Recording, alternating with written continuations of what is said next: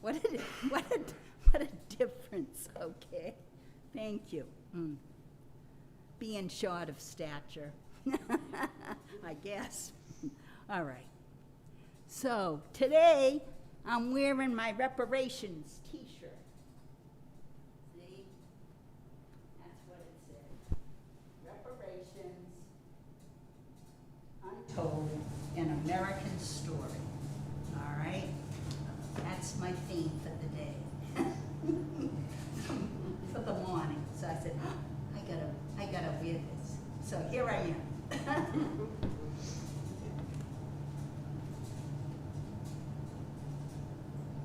I am just so thrilled to be here with you at Church on the Hill. It's been a while. It has, really. Now, last Sunday, friends and I joined about 700 other people who attended the premiere showing of a documentary.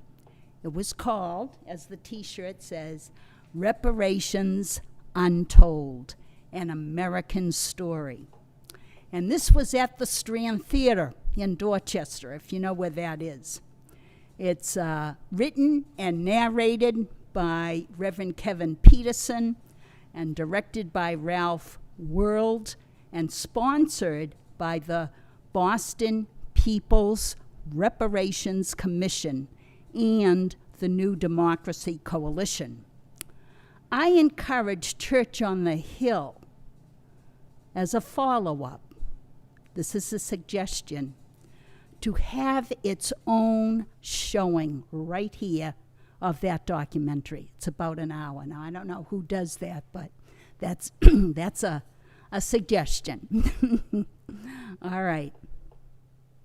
So then you can become involved in this citywide effort of discussing the roots of systemic racism in Boston, coming to grips with this group while doing a deeper analysis with other white people and people of color in ways that lead to action.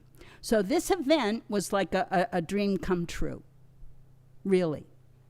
It was envisioned in Boston's public apology for its role in the transatlantic slave trade. I don't know if anybody has actually read that document.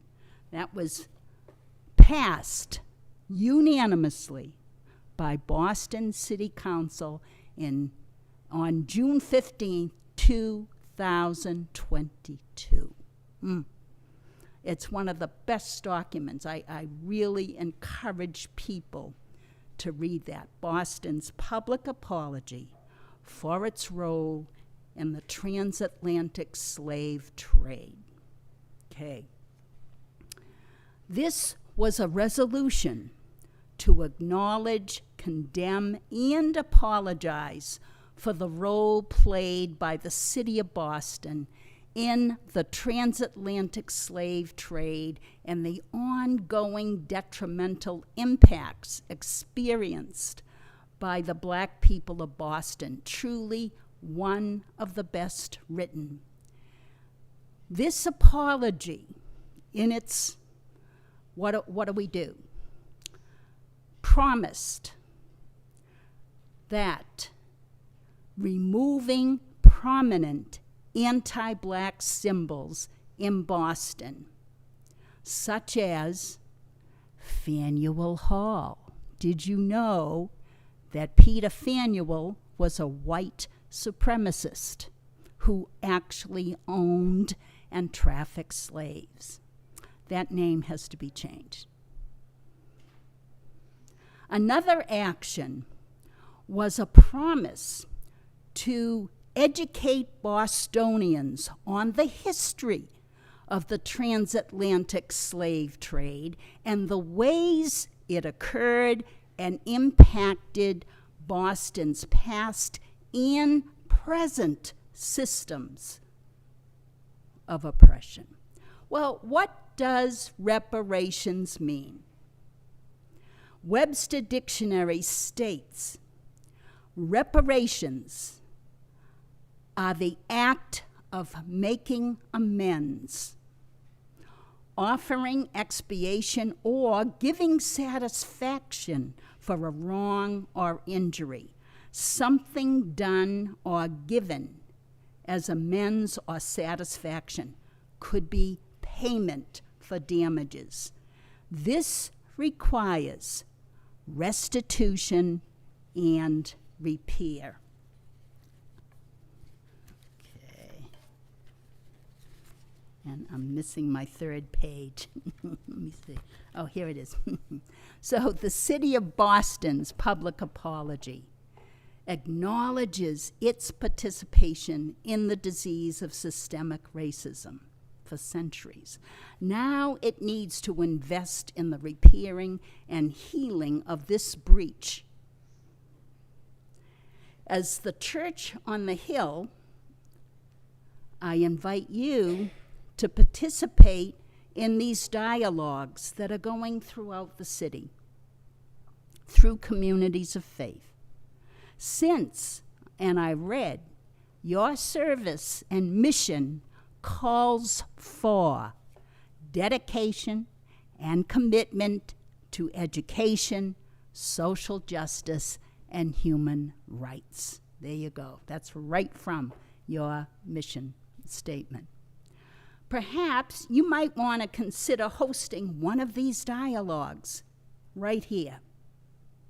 And nationally, these conversations are going on as well.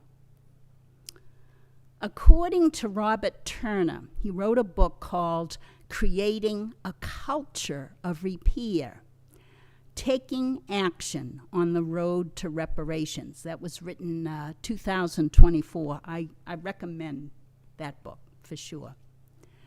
Reparations are not charity.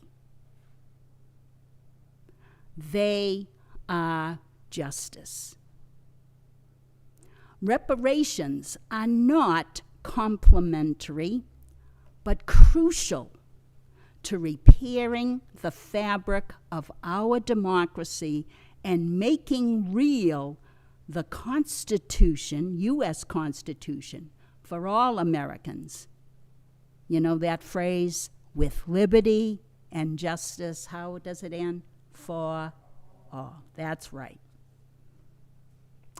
Another example, our federal government just passed a budget that's going to take away food and health care from millions of children and people who are considered the most vulnerable. Our country faces ongoing assault, betrayal, and shredding of our fragile democracy by our president, who seemingly feels like a tyrant, who continues to hand out punitive demands daily. Well, how are we called to respond as people of faith to that? What does reparations have to do with repenting, reversing, and repairing? Repairing these atrocities to the most vulnerable now and in the years to come. So to help us reflect on what that means, I've chosen the story of a short man of stature who wanted to see Jesus no matter what. And his name was, who can tell me? Zacchaeus, that's right. It's about his struggle and deep desire to see Jesus no matter what. And you know, this story is only found in the Gospel of Luke. He's the only one that picked that up. So what was going on in Jesus' life? Jesus was making his final journey to Jerusalem to face his death. he had to pass through Jericho on the way. But something happens there. An opportunity to find someone who is lost and invite him home. That person was Zacchaeus, one of the lost ones, who has become an isolated outcast since he was the chief tax collector for the Roman Empire, the enemy. And Jericho was the central location for the collection of taxes. So he must have become pretty rich indeed. So, thought I had my pages. All right.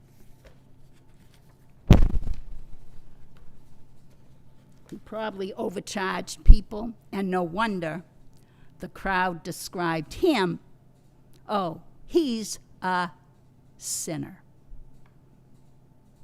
However, such was his deep curiosity to see Jesus, not expecting to talk with him now, just to see him, that he made a plan to run ahead of the crowd and climb that old sycamore tree because it had low-lying branches.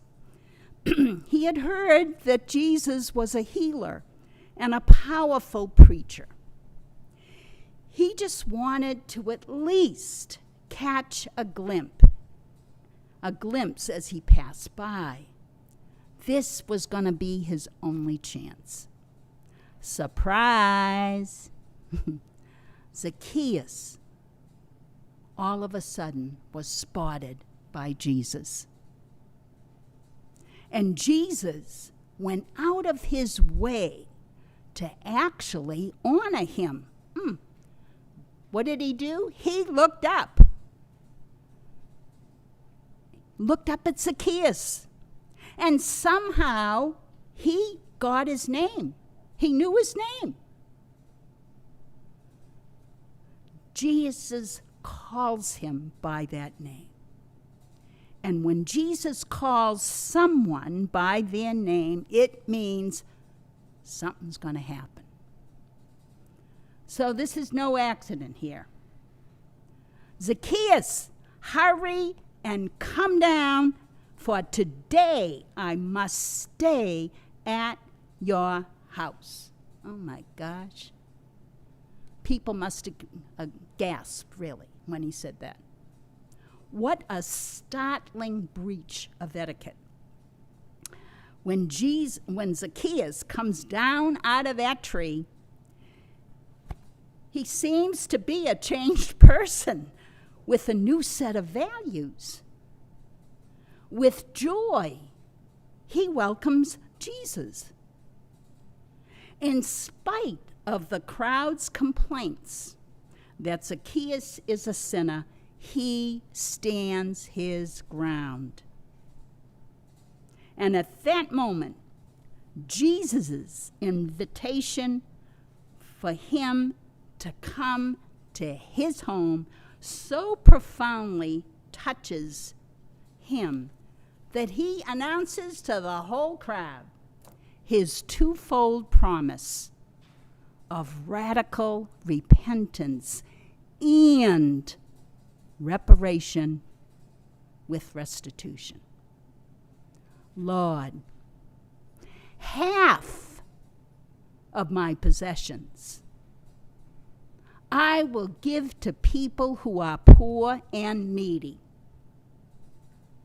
And if I have defrauded anyone of anything, I will pay them back 4 times as much. So he must have been pretty wealthy to pay somebody back 4 times. Wow, what you owe. What a shock. I wonder if he had been thinking of this ahead of time as a way of repair. Did he have anything left after that? Wow, half his possessions, paying back 4 times. Did he have anything left?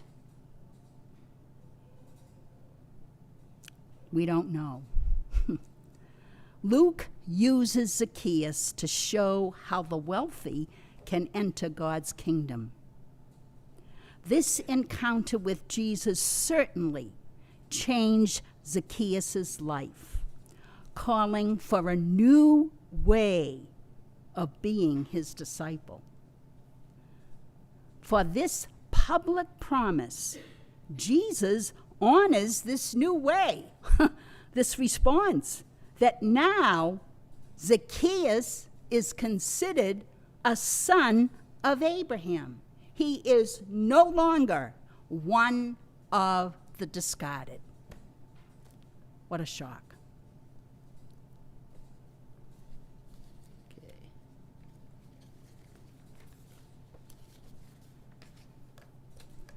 So, he ends up a choice of restitution and repair. That's going to be ours also to discern. You know, earlier in Luke's gospel, he told the story of a woman bent over.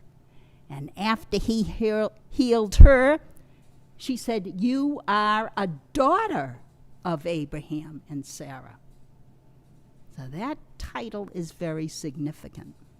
So anyone who desires to see Jesus will see him. And in turn, will be seen by Jesus. This is who Jesus was and is.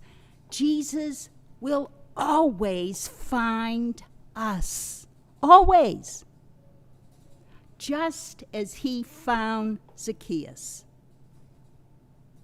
So, how can we take a step toward him? Jesus is always inviting us to take him home. Some reflection questions. Is there anyone on the margins, whether it's within the church or on the streets? What is Jesus' invitation to us at this time to make reparations? How will we respond as a community? Is there an area in my life, our life, that restitution and repair is required? If so, how can we take that first step? Perhaps we too have found ourselves in such a difficult situation of being up a tree. You know that expression, now it made sense, being up a tree, after reflecting on Zacchaeus' story, with no way down and no way out. Just as Jesus' intervention touched a deep chord within Zacchaeus, the same can be true of us. He comes this day into the home of our hearts, bringing new strength and the ability to transform our ways of being in order to turn our lives around, if we are open to it. So, will we be open to receive these graces? Is Jesus calling us as a local community to make reparations within? The choice of repair and restitution will be ours then. These are important conversations to consider as a beloved community. Now, Paul's letter to the Romans was powerful. I think reflecting on his letter will give us a way of moving towards putting reparation, repair, and restitution into action. Using even one of these practices a day could enable us to love more deeply. And this is what it says: not to conform to this age of hate, fear, and hopelessness. Wow. Asking our good God to transform our way of thinking and acting, such as, and these are some other actions suggested, loving others sincerely and respectfully, as sisters and brothers, trying to outdo one another through the care and hope we mutually will give and share. Speaking out against what is evil, both individually and as a beloved community. Overcoming evil with good. Accepting the strangers who come into our lives because they are Jesus. And being conscious that it is He whom we are serving. So the challenge is to continue this work in spite of criticisms of others, seeking Jesus no matter what. Blessing those who are against us, not cursing them, but standing firm like Jesus. Finding a way to act as a community to address the root causes of injustice and then seeking repair. And that comes from a Hebrew text, Tikkun Olam, repairing of the world. We are called upon then to rejoice and hope, to be patient and courageous when trials come, generously offering hospitality. And that's a gift of this community. It is. In our solidarity, may we learn from and with those most impacted. With heartfelt compassion, may we discern together how to be present to our neighbor. And Paul says, weeping with those who weep, rejoicing with those who rejoice, persevering in prayer, and looking on the needs of others as our own. This way of being, as Jesus' followers, will then ripple out into the whole world in a transformative and hope-filled way, even though we may not see those changes in a lifetime. Remember, in these times, Jesus will be there looking for us, especially when we find ourselves, so to speak, up a tree. Right? Believe He is always seeking to bring home anyone who is lost. And may we also ask Zacchaeus to help us seek Jesus as he did, and to seek Him no matter what. Amen to that.